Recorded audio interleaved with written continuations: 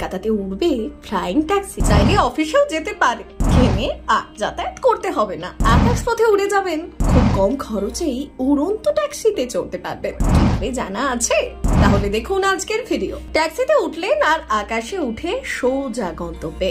ভাবতে পারছেন এটাই সম্ভব হয়েছে? বেঙ্গালুরুর একটি সংস্থা ফ্লাইং ট্যাক্সি তৈরি করে ফেলেছে। ইতিমধ্যেই সামনে এসেছে সেটির চেহারা।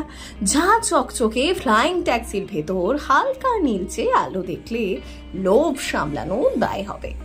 এই এয়ার ট্যাক্সি চলবে ব্যাটারিতে, ফলে জ্বালানির খরচ বাঁচবে, পরিবেশ রক্ষা হবে।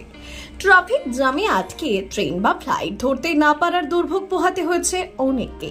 দেশের মেট্রো শহরগুলিতে ট্রাফিক জ্যামও দিন দিন বাড়ছে। এই সমস্যা থেকে মুক্তি দেবে ফ্লাইং ট্যাক্সি। শহর যখন জ্যামে স্তব্ধ, তখন আকাশপথে আপনি পৌঁছে যাবেন নিজের গন্তব্যে। দিনের ব্যস্ত সময়ে যে রাস্তা ক্যাবে যেতে ঘন্টা 2-2.5 সময় লাগে, সেই পথ আধ ঘন্টার কম সময়ে পৌঁছানো যাবে। খরচ সামান্য বেশি হলেও সময় বাঁচানো এবং দ্রুত গন্তব্যে পৌঁছতে আগামী দিনে ফ্লাইং ট্যাক্সি বড় ভরসা হয়ে উঠতে পারে।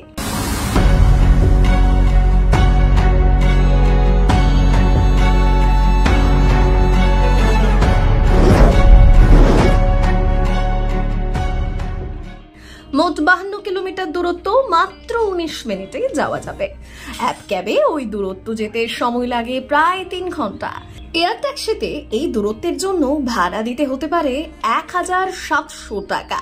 ফ্লাইং ট্যাক্সিতে 7 জনের বসার আসন রয়েছে। ফ্লাইং ট্যাক্সিতে থাকবে শক্তিশালী ইলেকট্রিক ইঞ্জিন।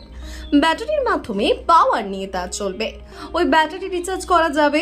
হেলিকপ্টারের মতোই টেক অফ এবং ল্যান্ডিং হবে ফ্লাইং ট্যাক্সির।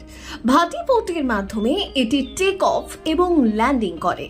এই সার্ভিস চালুর আগে ভাটি পোর্ট তৈরি করা হবে। সর্বোচ্চ 3500 মিটার অল্টিটিউডে উঠতে পারবে ফ্লাইং ট্যাক্সি। সর্বোচ্চ 3500 মিটার অল্টিটিউডে উঠতে পারবে ফ্লাইং ট্যাক্সি।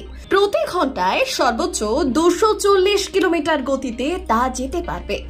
এক লপ্তে সর্বোচ্চ 160 কিলোমিটার দূরত্ব অতিক্রম করতে পারবে এই সংস্থার ফ্লাইং ট্যাক্সি। ব্যুরো রিপোর্ট, প্রথম বাংলা।